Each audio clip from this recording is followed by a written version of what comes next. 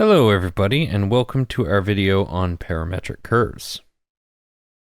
So the idea behind parametric curves is that we would like to be able to describe with functions the types of curves that we haven't been able to in the past because they weren't functions.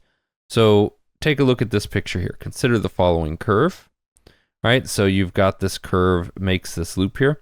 This cannot be written as either a function of x or y, right? Because as a function of y, it would need to pass a horizontal line test, which it doesn't. And as a function of x, it would need to pass a vertical line test, which it doesn't.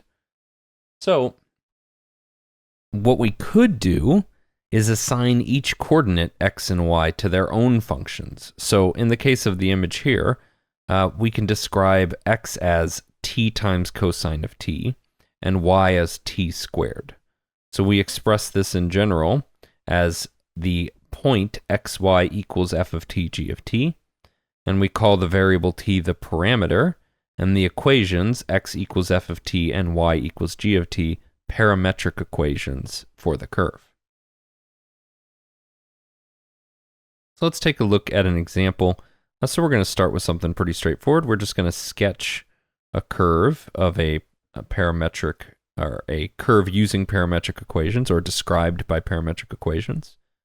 So here it says xy is t squared t cubed minus 4t for t between -3 and 3 by plotting points. So we're just going to plot some points, and then we're going to indicate with an arrow which direction the curve is traced as t increases.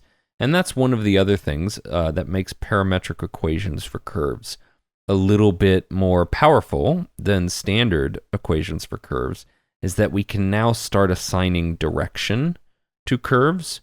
And as you'll see further in calculus, you can start talking about things like velocity and acceleration of curves by representing paths of objects using parametric curves.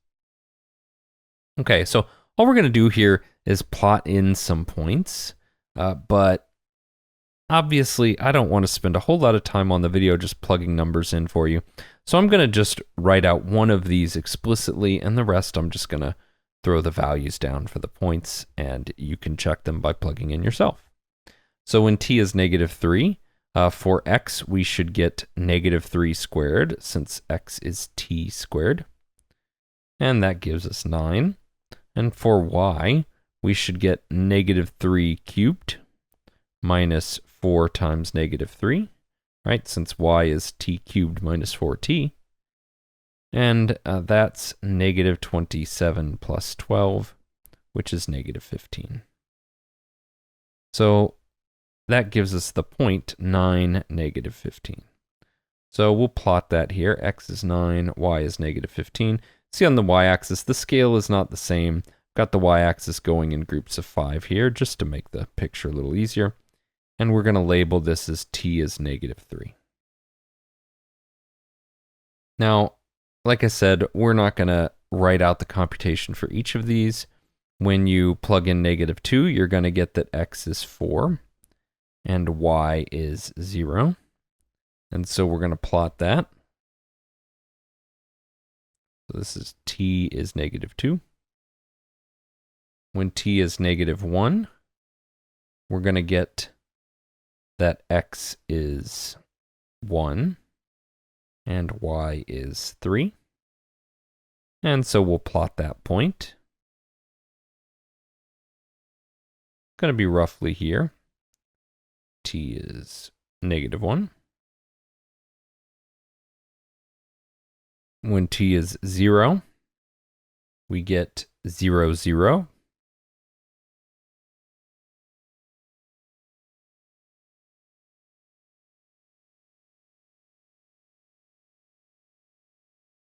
When t is 1,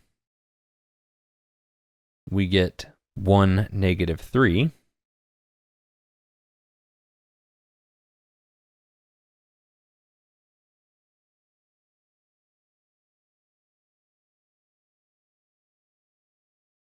When t is 2, we get x is 4 and y is 0.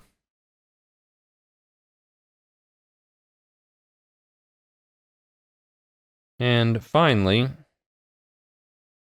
when t is 3, we get x is 9 and y is 15.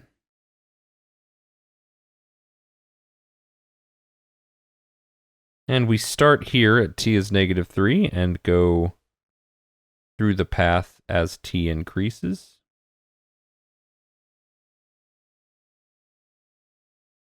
And the path travels in this direction. So a couple things I want to mention while we're looking at this picture, just to get you thinking about how the individual functions and the parts of the parameter relate to each other. So if we take a look here at the x component, x is t squared. So what that should tell you is that whether t is positive or negative, you're going to get the same x value, right? Because you're going to square the term. So notice that what we get here is the symmetry over the x-axis. Now, it doesn't necessarily have to be over the x-axis, right? Because that has to do more with the y values.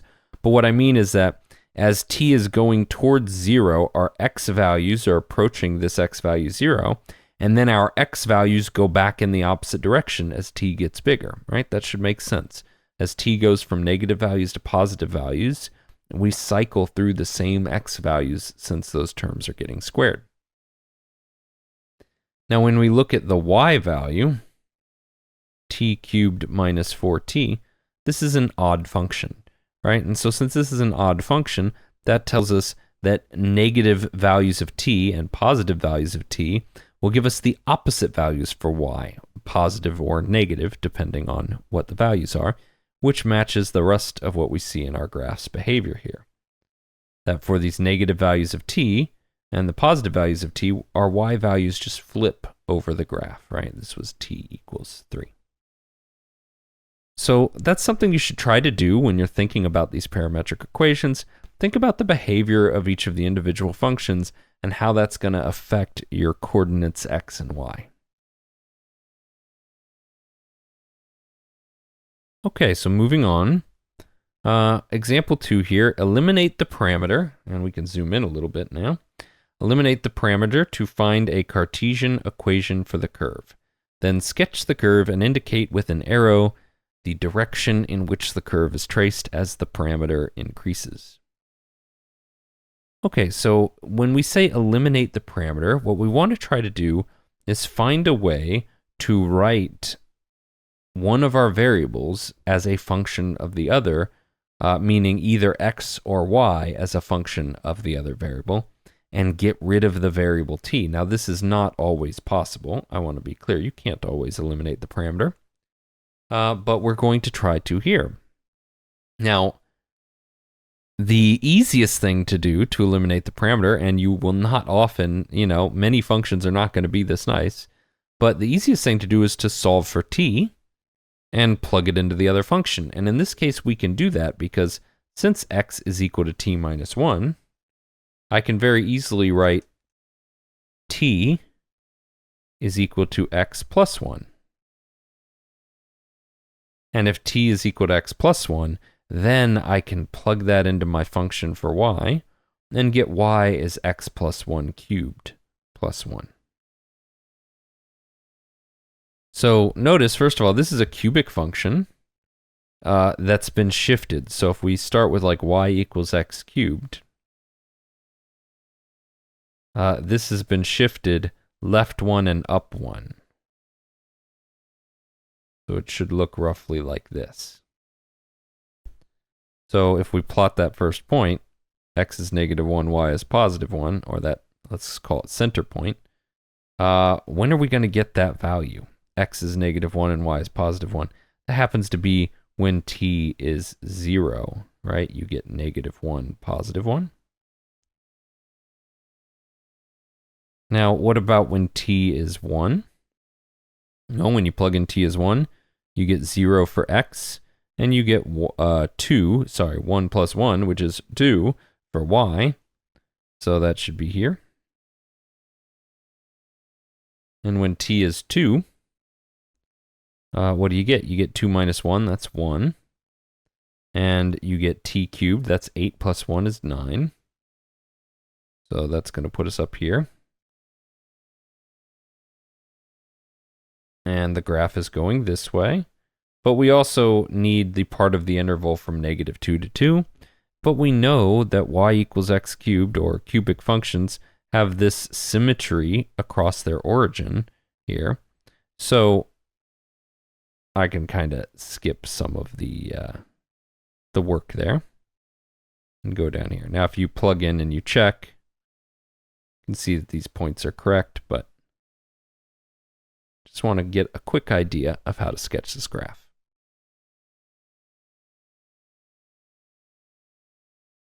Okay, let's move on. What curve is represented by the parametric equations? xy equals cosine of t sine of t for t between 0 and 2 pi.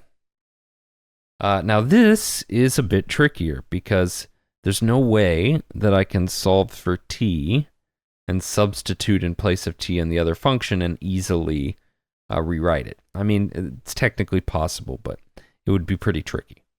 But I have a relationship between cosine and sine that I can use to relate x and y together.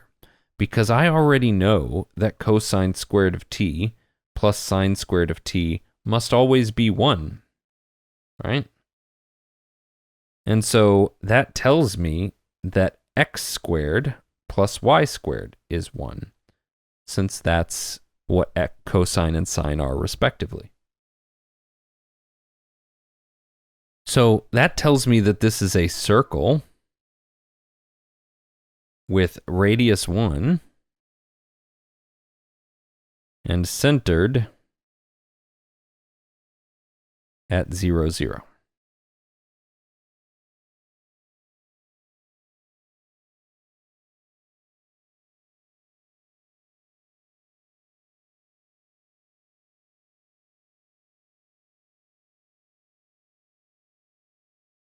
Not a perfect circle, but good enough. Just pretend. Okay, so we've got our circle, but we want to know a little bit more about the circle when we try to describe curves parametrically. Like, it's good to describe, hey, where do they start? Where do they end? Which direction are they going?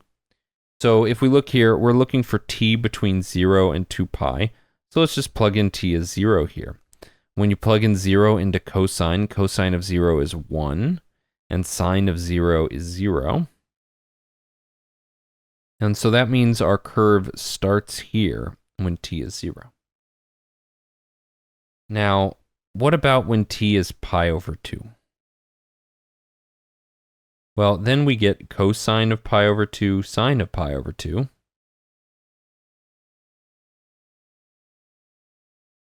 Which is 0, 1. That puts us up here. And so we see that our path is being traveled counterclockwise. And it should be pretty clear that this is going to be t as pi. This is t as 3 pi over 2. And this is t as 2 pi. So in other words, this parameterization is the standard parameterization of the unit circle, right?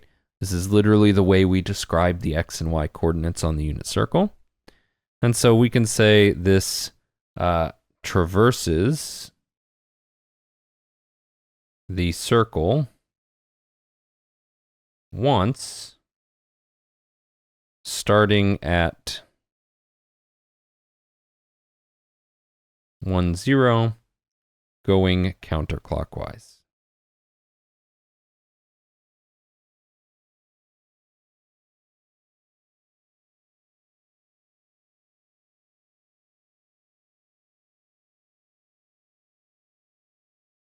Okay. So let's take a look at this next function here, this next set of parametric equations, I should say. What curve is represented by the parametric equations x equals sine of 2t and cosine of 2t for t between 0 and 2 pi? Well, I'm going to scroll back up here.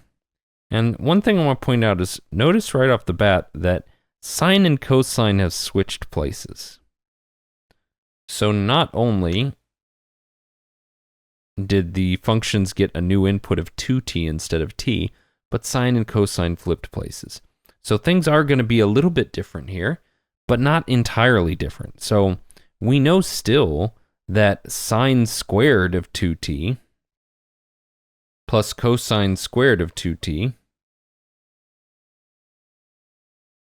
try to write that again, 2t, is 1. It doesn't matter what the input is as long as the input is the same for both sine and cosine. So that's still 1. And since those sine of 2t and cosine of 2t are x and y respectively, then that means that x squared plus y squared is still 1. So this is still a circle centered at 0, 0, with radius 1.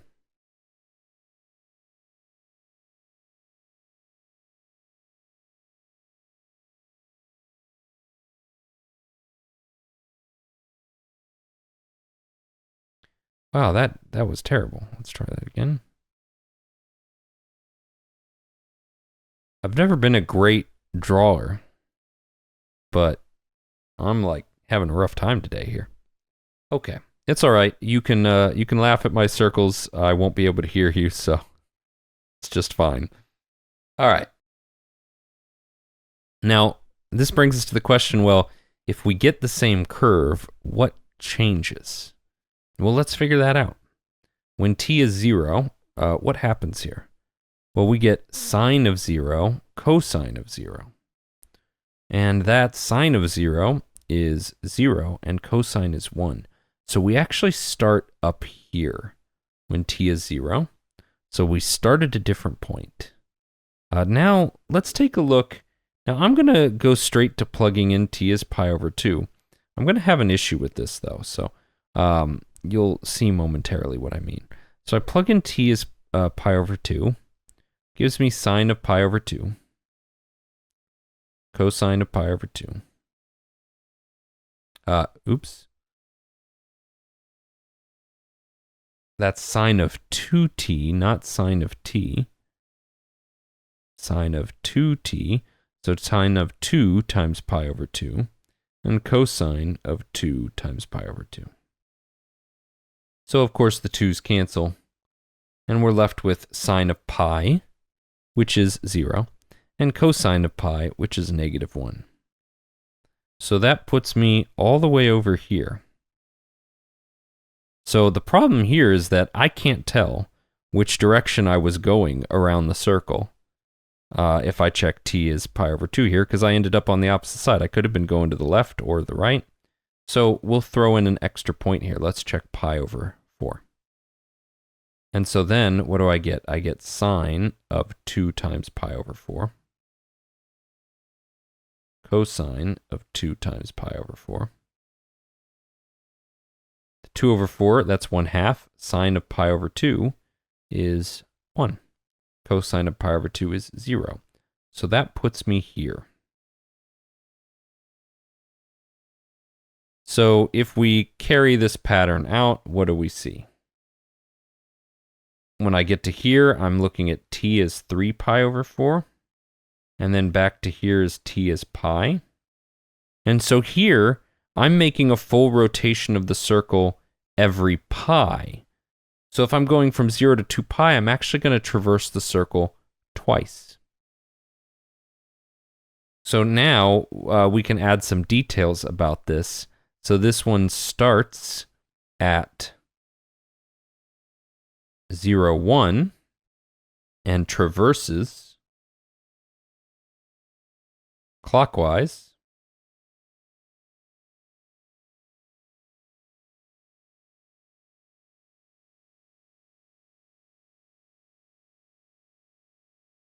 around the circle twice.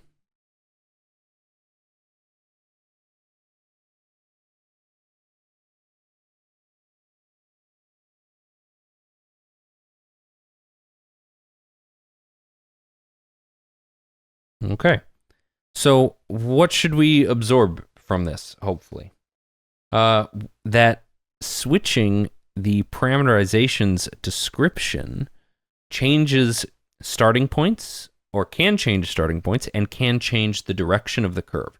So you can have the same exact curve described by different types of parametric equations, but in a way that changes the path along the curve, either the direction or the starting point. In this particular case, we notice that switching sine and cosine changes the starting point and the direction. So just switching sine and cosine alone made t equals 0 correspond to this point, 0, 1, and made this thing rotate clockwise. Now the 2t part made it rotate twice as fast. So that's what caused us to go around clockwise twice instead of once. Okay, let's take a look at another one. Example 5, eliminate the parameter to find a Cartesian equation for the curve. Then sketch the curve and indicate with an arrow the direction in which the curve is traced as the parameter increases. So x, y equals 1/2 cosine of theta, 2 sine of theta, for theta between 0 and pi. So now this one's a little bit trickier because x and y are not equal to sine and cosine directly. But if we write out their equations, we can then see that 2x is equal to cosine, and y over 2 is equal to sine. And so we can use the exact same logic. Cosine squared plus sine squared of theta is 1, which tells us that 2x squared plus y over 2 squared is 1.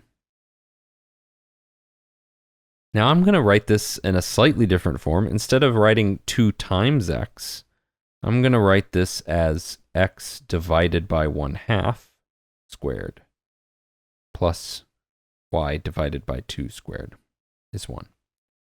Now, this is the standard form of the equation for an ellipse. So in general,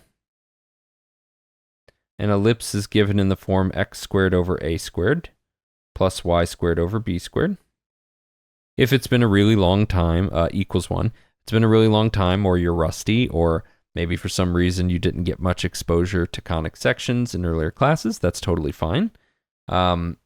You should think of the ellipse, the easiest way to think of the ellipse is like a stretched circle.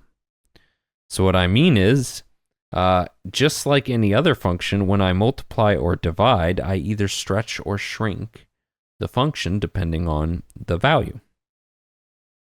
And so in this case, since we're dividing, this is causing a stretch in the appropriate axes. So x is being stretched by a factor of 1/2. Well, okay, since 1/2 is smaller than 1, it's actually going to shrink, right? That puts us here. And here. So it's like you're starting with the unit circle and compressing it down. Let's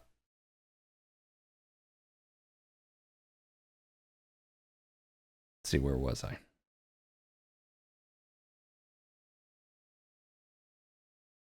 Sorry about that, lost my train of thought for a second. Okay, there we go, I'm back. So since you're starting with a circle that's got radius 1, and you're stretching or compressing it by these numbers accordingly, that means on the x-axis, since that's the value getting shrunk here, you're going to move down to 1/2 instead of 1 on either side. And the y value is getting stretched out to 2, so that's going to go up here. And so now I didn't include the bottom part of this axis, even though an ellipse would stretch in both directions. Let's see why. Why didn't I include the bottom part of the graph? Well, when t is 0, plug in t is 0 here. Cosine of 0 is 1, so I get 1/2. And 2 times sine of 0 is 0. And when t is pi over 2, we get 0 and 2. And when t is pi, we get negative 1/2 and 0. So what we see is we only actually traverse the half of the ellipse from 0 to pi.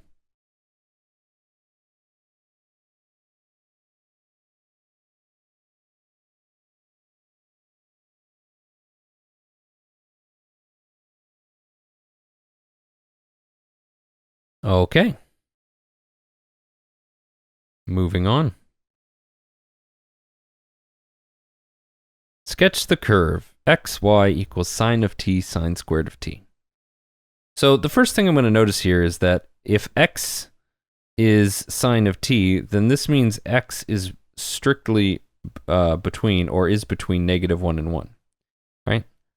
If y is sine squared, well, since it's squared, it's going to be positive, but since the biggest value of sine is 1, then 1 squared is 1, so y is between 0 and 1.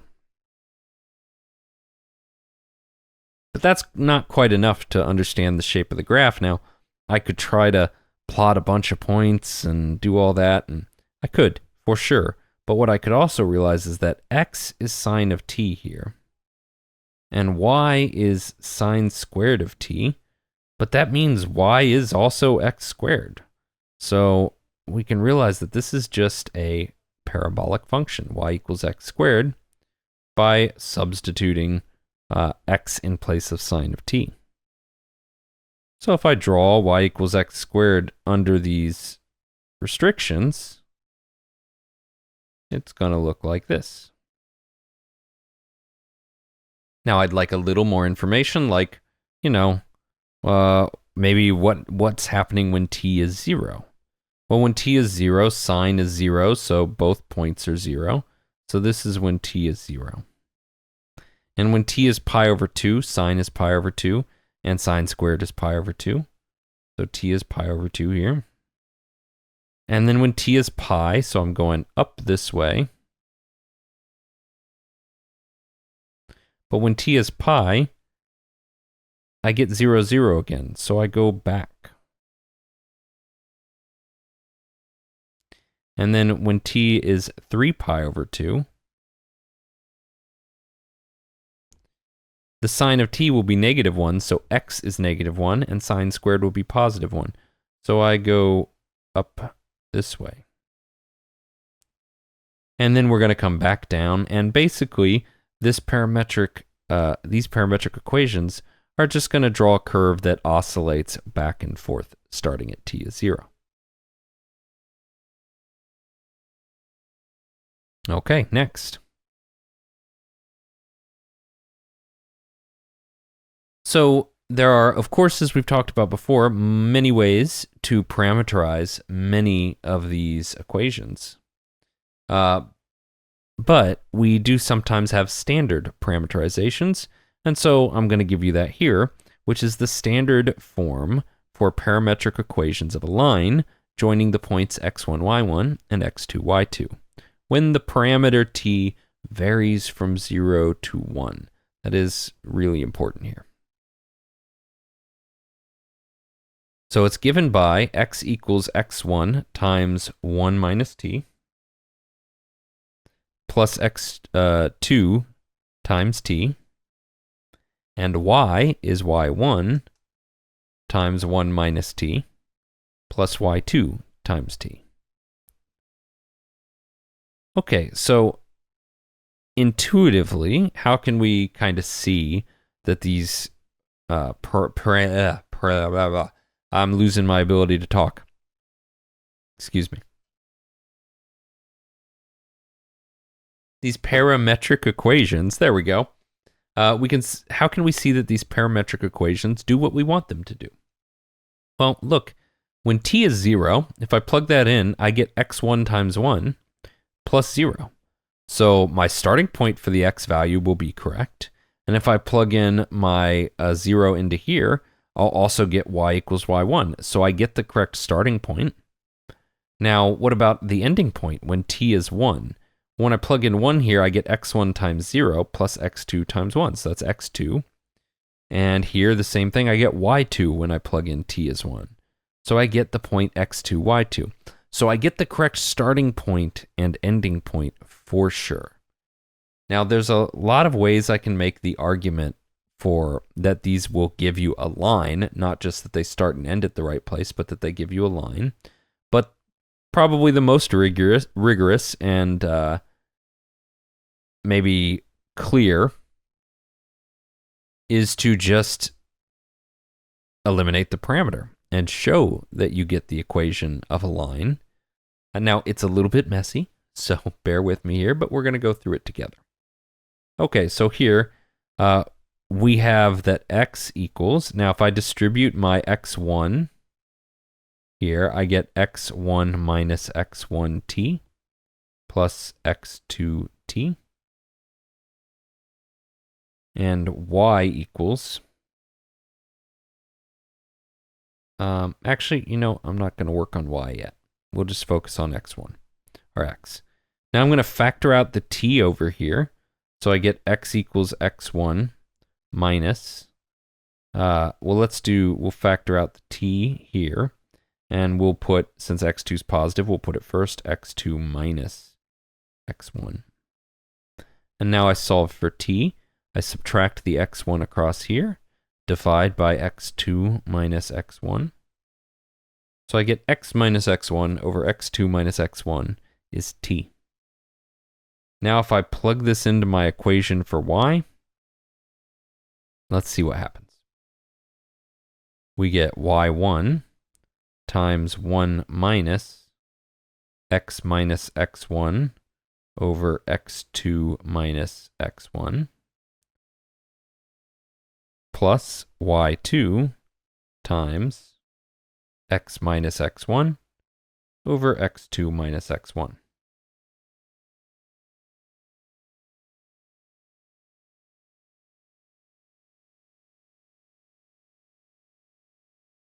So now what I'd like to do is get this into the form y equals mx plus b. Right, that's my goal, because I know that's the equation for a line. So if I can write it like that, then I'm good.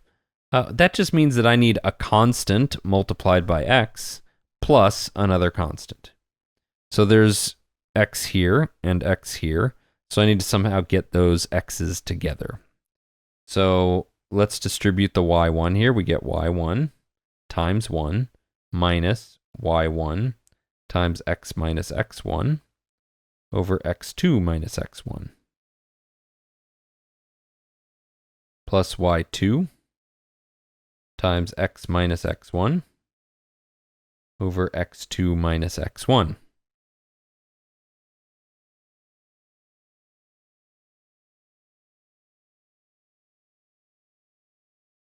Now there's a number of ways I could do the rest of this algebraically. I'm going to go by, since these are the same expressions, I'm going to factor them out, and I get y2 minus y1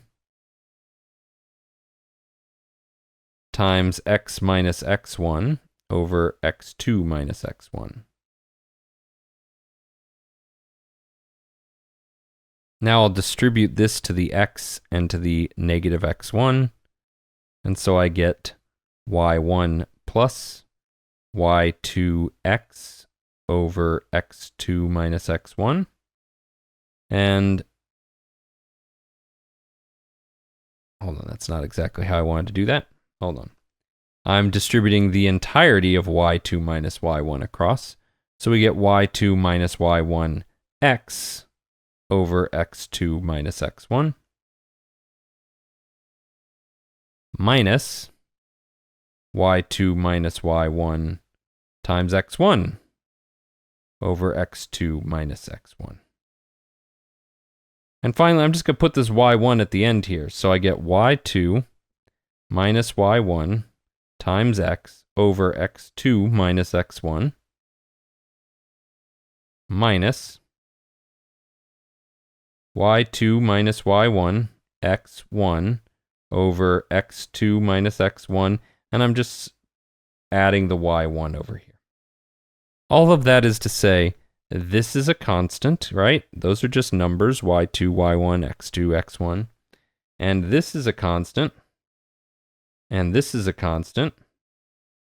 So this is really just the form y equals mx plus b. Okay, that's a little bit messy, but at least we know for sure that this is going to give us linear functions, and it's going to start us at the correct point when t is 0 and end at the correct point when t is 1. So now let's apply it.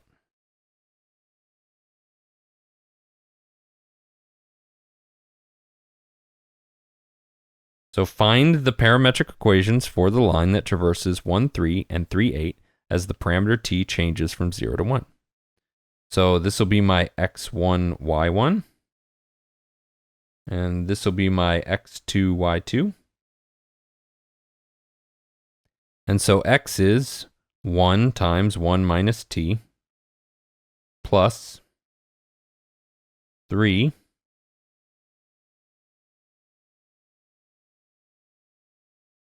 and y is going to be y1. That's 3 times 1 minus t plus y2, which is 8 times t. And I'll simplify this a little. 1 times 1 is 1 minus t plus 3t. 1 minus t plus 3t, which is 1 plus 2t. And for y, we get 3 minus 3t plus 8t, which is 3 plus 5t.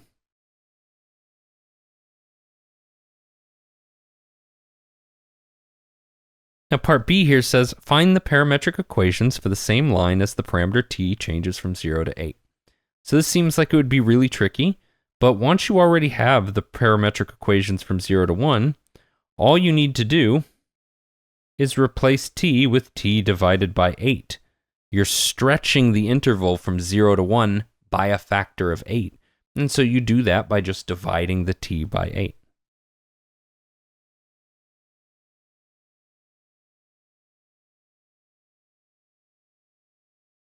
And all you'd have to do to check is plug in t is 0 and t is 8 into these equations, and you'll see that you get your starting points and ending points, respectively.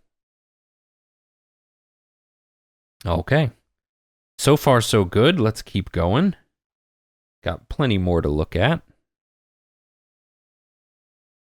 All right, next example. Example 8. Find the parameterization for a circle centered at 0, 2 with a radius 2 that starts at the point 2, 2 when t is 0 and traverses counterclockwise once from 0 to 2 pi. Okay, that's a little bit tricky. So let's first start by drawing the graph that we're trying to get.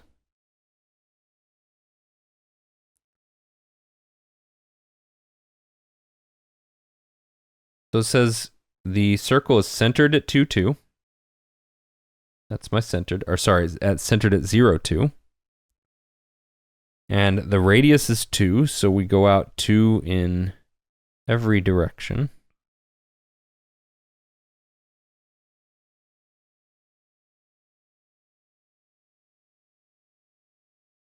And we want it to start at the point 2, 2. So we want over here t to be 0. And we want it to traverse clockwise, or counterclockwise, I mean, from 0 to 2 pi.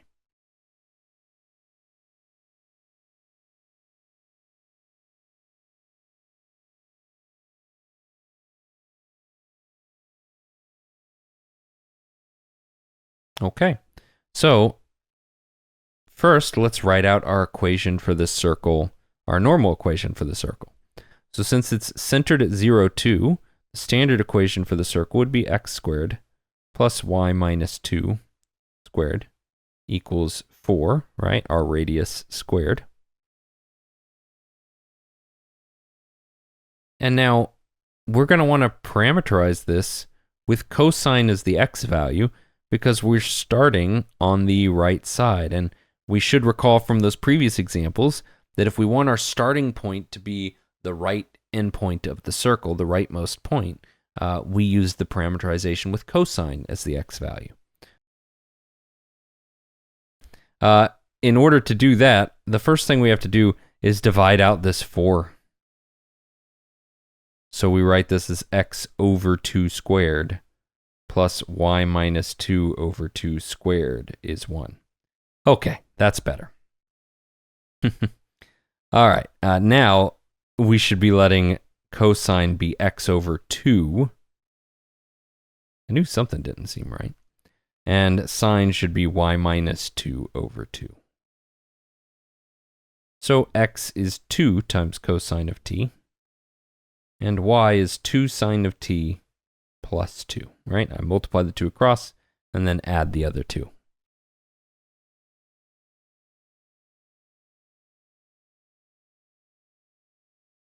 Okay, so now, for part B, find the parameterization for the same circle, but starting at 0, 4. So that's actually very simple, because if I want to go from here to here, I'm just adding the angle pi over 2, right? When I think of this in terms of sine and cosine, I'm just rotating that pi over 2. And so all I have to do to make my starting point be there is add pi over 2 to the angle t.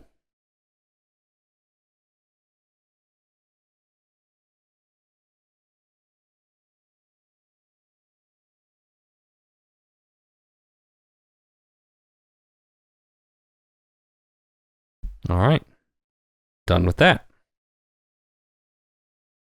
Now we're going to do the same thing. Find the parameterization for the same circle starting at 0, 4, but rotating clockwise. So now I can't use this parameterization that I had before because I'm not rotating in the same direction.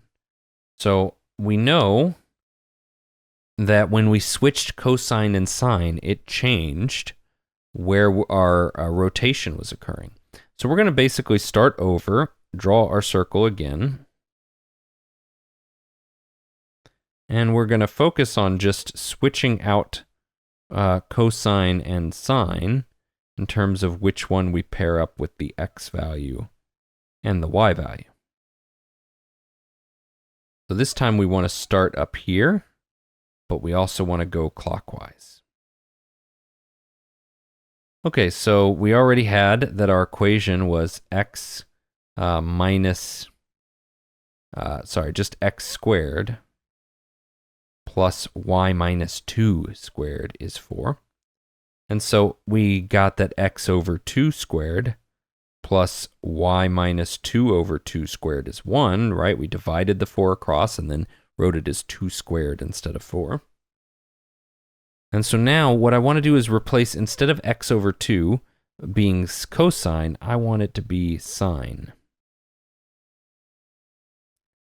So we let x over 2 be sine of t, and y minus 2 over 2 be cosine of t. And so x is 2 times sine of t, and y is 2 cosine of t plus 2. Now remember, we also saw earlier that when you change between sine and cosine, the starting point also changes. So it's a good idea to just plug in t as 0 and check where your new starting point is, because you'll need that to figure out where you should be rotating your value. So if t is 0 here, sine of 0 is 0, and this is 2 times 1 plus 2, which is 4.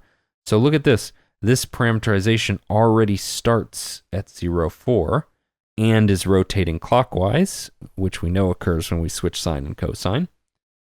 So we're done.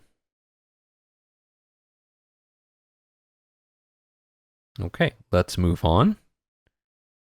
Now we're going to try to find the parametric equations for an ellipse. So we've already seen parametric equations and determined that they were an ellipse. Now we're going the other direction. We're starting with the ellipse and determining the parametric equations. This is very similar to how we deal with the circle. We just go, hey, make this x over 3 squared plus y over 4 squared. I just rewrote 9 as 3 squared and 16 as 4 squared. And then go, okay, well, let's call this cosine. Cosine of t is x over 3. And sine of t is y over 4. And so x is 3 times cosine of t. And y is 4 times sine of t.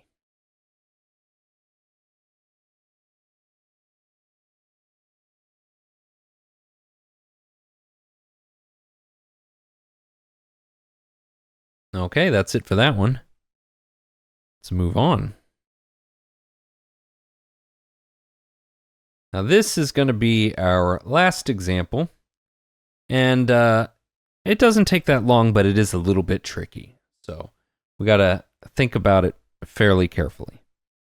So example 10, the curve traced out by a point P on the circumference of a circle as the circle rolls along a straight line is called a cycloid. If the circle has radius r and rolls along the x-axis, and if one position of P is the origin, find parametric equations for the cycloid.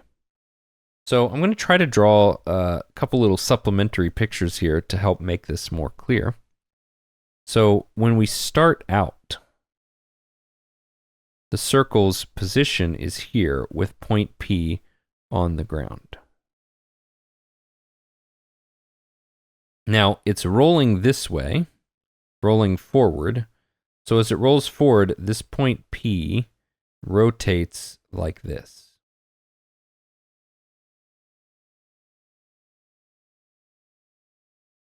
So after a little bit of rotation, the point P is going to end up somewhere like here.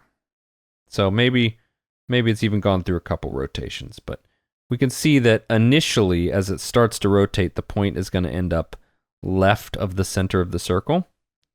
And of course, if it rotates a full circle, that'll happen again. But if we try to look at this like this,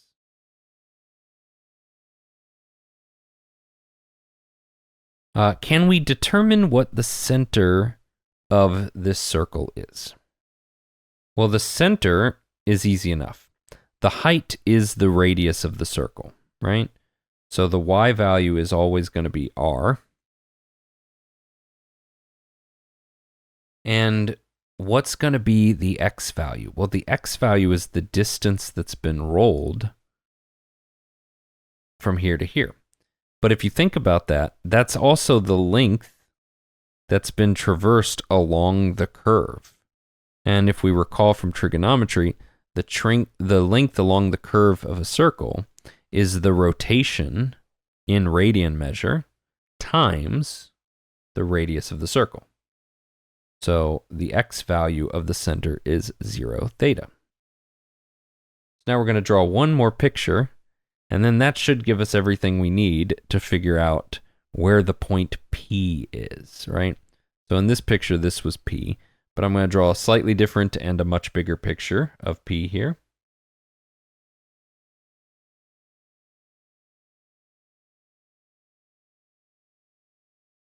Doesn't matter where it is. Let's say here's r theta. So here's our circle.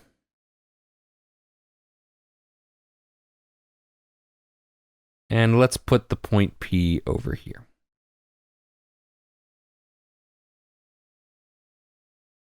So here's our center, which is r theta r.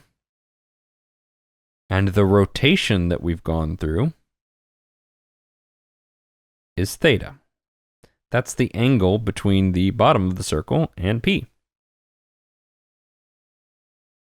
So now I can draw a right triangle here with P. And I can figure out P's coordinates by looking at how far down it went and how far left it is of the center of the circle. So we got to figure out what the sides of this triangle are to do that. And that's easy enough, right? If this is y and this is x, let's call it y1 and x1, and this is r, the radius of the circle, then we know that the opposite over the hypotenuse is sine of theta, right? So keep in mind, this isn't oriented the way we normally would draw our circles here. So we have to think in terms of SOHCAHTOA. So this is opposite. X1 is opposite of theta. So sine of theta is x1 over r, which means that x1 is r times sine of theta. And similarly, cosine of theta is y1 over r, so y1 is r times cosine of theta.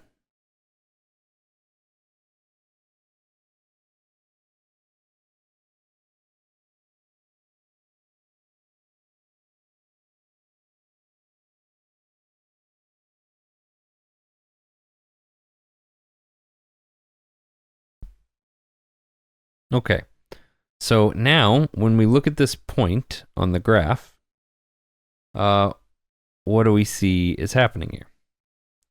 Well, we see that r theta, we're subtracting this distance x1. So my actual xy coordinate for P, x is the r theta minus r times sine of theta. And what is y?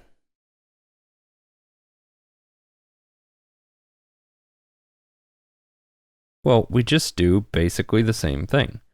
We just say, okay, y is r times cosine, y1 is r times cosine of theta. We're starting at r, so we're taking away that length, and that's where we should end up, right?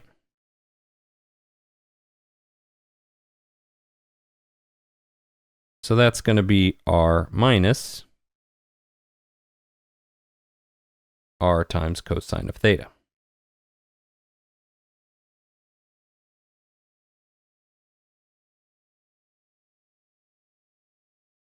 And that's it. All right, folks. Well, thank you for watching. Have a great day.